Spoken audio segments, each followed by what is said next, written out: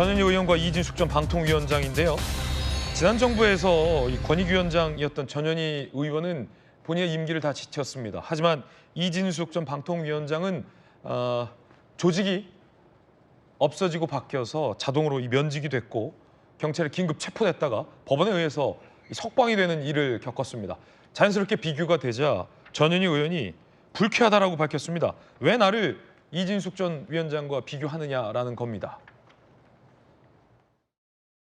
이진숙 방통위원장 관련해 가지고는 일단 제 개인적인 얘기부터 먼저 좀 하겠습니다. 가끔씩 비교가 되는데요. 매우 불쾌합니다. 윤석열 정권으로 교체가 되면서 법률상 임기는 1년이 남아있지만 사실상 윤석열 대통령과 일하기 싫었습니다. 사퇴하겠다라고 얘기를 하고 짐을 싸던 와중에 윤석열 대통령과 그리고 감사원이라는 권력기관을 통해서 강압적으로 불법적으로 물러나라, 사퇴해라 이렇게 시작을 한 겁니다. 저는 죄도 없었고 비리도 없었고 청렴결백하게 살아왔기 때문에 당당히 싸워서 이길 자신은 있었습니다. 물러나는 것은 그것이야말로 불법에 동조하는 것이고 제가 가장 싫어하는 불의였다. 제 입장에서 할 수 없이 남은 것입니다.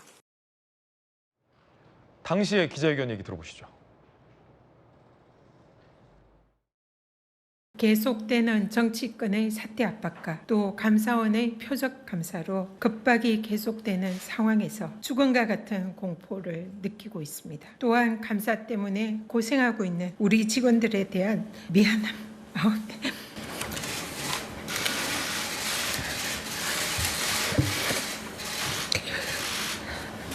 죄송합니다. 하루에도 몇 번씩 이 길을 계속 가야 하는지 스스로에게 묻곤 합니다. 자, 어떻게 보십니까? 여러분 어떻게 보십니까? 주진호 의원님 어떻게 보세요? 다릅니까? 뭐가 다릅니까? 오히려 이진숙 방통위원장이 불쾌해야 될 일 아닌가요? 저는 사실 지난 정부와의 어떤 내로남불 문제를 피할 수 없다라고 생각을 합니다.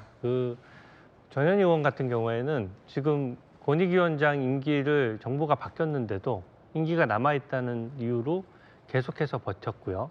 또 그 전현희 의원뿐만 아닙니다. 방통위원장도 전임 정부에서 임명됐음에도 불구하고 끝까지 버텼습니다. 그래서 과거의 비리가 드러나면서 이제 나가게 된 것이고요.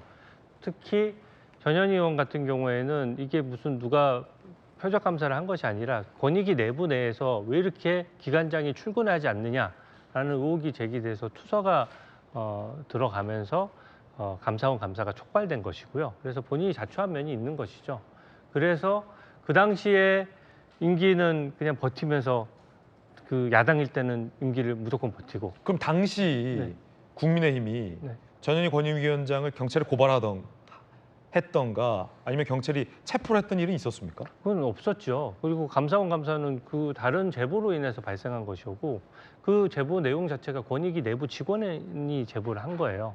그렇기 때문에 지금 권력의 어떤 작동과는 무관한 것이고요. 지금 이준석 위원장은 누가 뭐라고 해도 그냥 유튜버 가서 몇 마디 한 걸 가지고 그냥 사상 최초로 사실상 체포해서 끌고 온 거잖아요. 그리고 더더군다나 그 과정에서 체포영장이 2번이나 기각되고 3번이나 또 그것을 어떤 내용들을 속여가면서 법원에서 받아낸 거거든요. 그래서 저는 이 부분에 대해서 훨씬 더 전현희 의원 케이스가 더 심하다고 생각이 들고요. 특히 방통위원장도 이진숙 방통위원장 얼마나 쫓아내려고 했습니까? 근데 이게 무슨 개인 비리가 있거나 뭐 해서 쫓아내려고 하는 것이 아닌 것이 전임 방통위원장, 그 전임, 대행 다 탄핵 소추했습니다. 그러니까 방통위를 장악하기 위한 어떤 야당의 어떤 정치적인 목적이었지 그 개인이 방통위원장이 여러 명인데 그 여러 명이 다 비리가 있었나요? 전부 다 탄핵을 계속 하면서 사실상 방통위를 마비시켰던 것이고요. 이진숙 위원장을 쫓아내기 위해서 사실은 방통위의 법을 바꿔서 간판가리만 하고 그 대표격인 이준석 위원장만 톡 이제 떼내서 쫓아낸 격 아닙니까? 그 자체도 저는 위헌성이 매우 강하다고 생각하고 뭐 검찰총장, 방통위원장, 권익위원장 이런 부분들에 대해서 임기가 보장되는 것은 그냥 어떻게 보면 독립성 보장을 위해서 그렇게 하는 거거든요. 전현희 의원도 그 독립성 보장을 누렸지 않습니까? 근데 이진숙 위원장에 대해서만 거대 여당이 표로서 법을 바꿔가면서 이렇게 하는 것이 저는 굉장히 위헌적이라고 생각하고, 어떤 일이 딱 발생했을 때 아까 그 말씀 나왔지만 규범이나 기존의 관행이나 순리대로 풀어야지, 사건이 터졌다고 해서 다음날 법안을 발의해서 법으로 무조건 해결하겠다고 하는 법 만능주의가 곧 독재로 흐르기 가장 제일 쉬운 구조거든요. 그러니까 그거를 처분적 법률이라고 해요. 어떤 사건을 처리하기 위해서, 한 사람을 쫓아내기 위해서 법을 만들어서 한다 그러면 뭐든 가능해지죠. 이재명 대통령은 퇴임 후에도 무죄를 선고해야 된다는 법도 가능한 거 아닙니까, 이론적으로? 근데 그게 위헌인 이유는 어떤 경우를 일반적으로 모든 국민을 규율하는 일반적인 원칙으로서 법률을 만들어야지, 저런 식으로 한 사람을 쫓아내면서 법률을 만드는 건 문제가 있다, 이런 점을 말씀드립니다. 자, 박정우 의원님, 전 의원이 비교하지 마라, 불쾌하다라고 밝힌 이유는 뭘까요? 아니, 일단 같은 점이 있어요. 두 분이 여성이에요. 두 분 여성이다. 네, 그 이유는 같은 거 없는 것 같은데. 그 이유엔 같은 게 없다. 일단 그 주진우 의원님이 말씀하신 것도 타당성은 있을 것 같지만, 그 가볍게 보면 안 되는 것이, 이분이 결국은 굉장히 대선 때 굉장히 중요한 시기에 보니까 공직선거법 위반을 했어요. 내용이 이런 거예요. 4월 6일 날 민주당 의원들과 이재명 대표의 직무유기 현행범이 됩니다.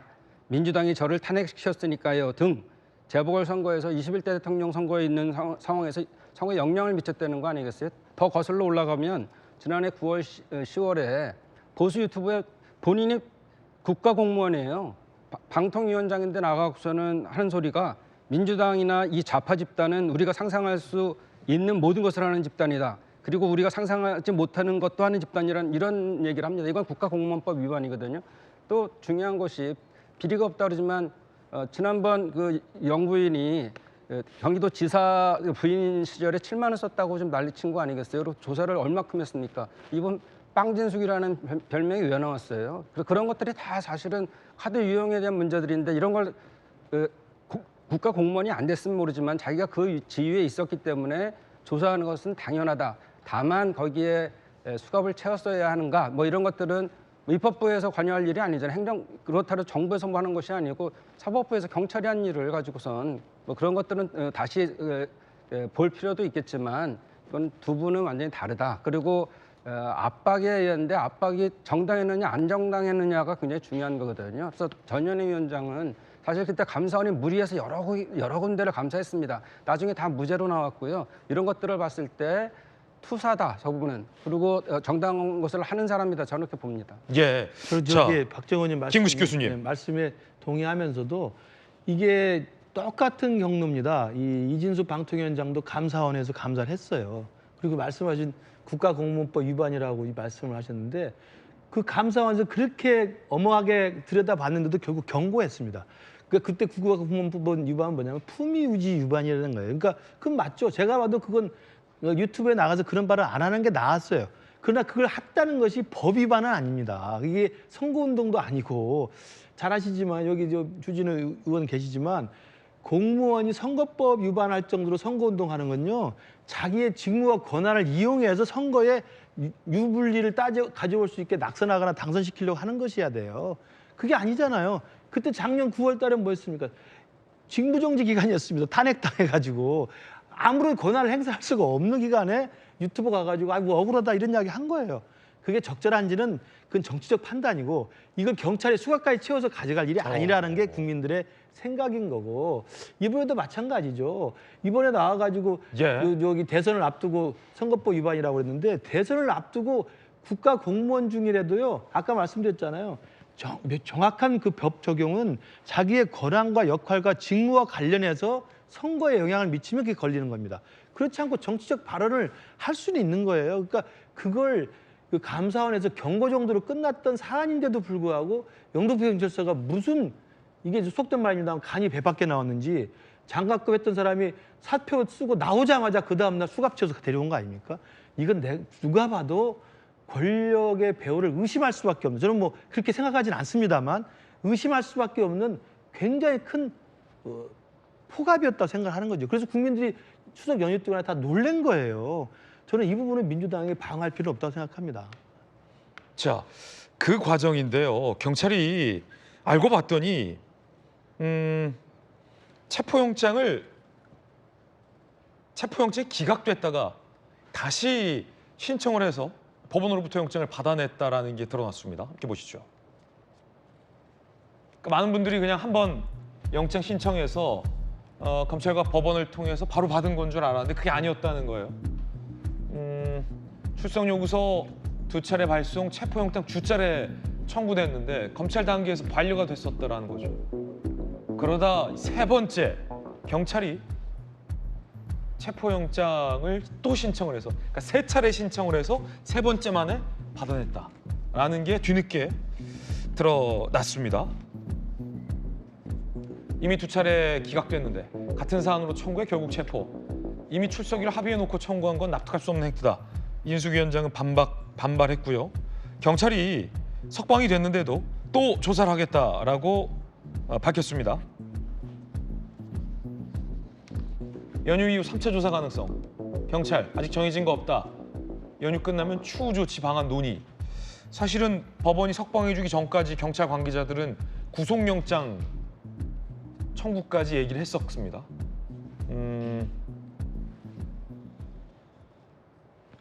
자, 양 변호사님, 이게 3번이나 경찰이 체포영장을 신청하고 또 신청해서 받아내서 수갑 채워서 데리고 온 건데 법원이 바로 풀어주지 않았습니까?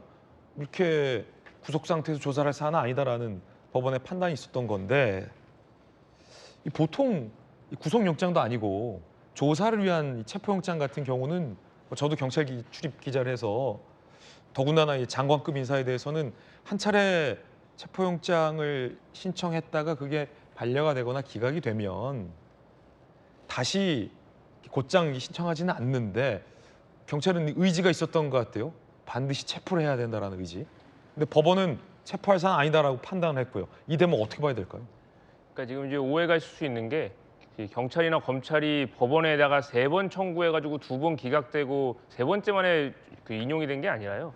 그러니까 경찰, 검찰 수사기관 내에서 이제 애초에 이제 경찰은 2번이나 이제 신청을 했지만 검찰에서 그걸 일단 반려를 시켰던 거고요. 검찰이 반려한 거죠. 법원에 신청한 거는 1번이고 그 법원에 청구한 체포영장은 바로 인용이 돼서 발부가 된 겁니다.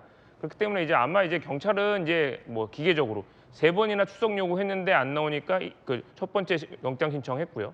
2번째 또 그 다음에도 안 하니까 또 하고. 근데 6번째 만에 6번째 출석 요구를 했는데도 그 출석을 하지 않으니까 결국 이제 경찰, 검찰을 통해서 이제 발부가 된 거고요.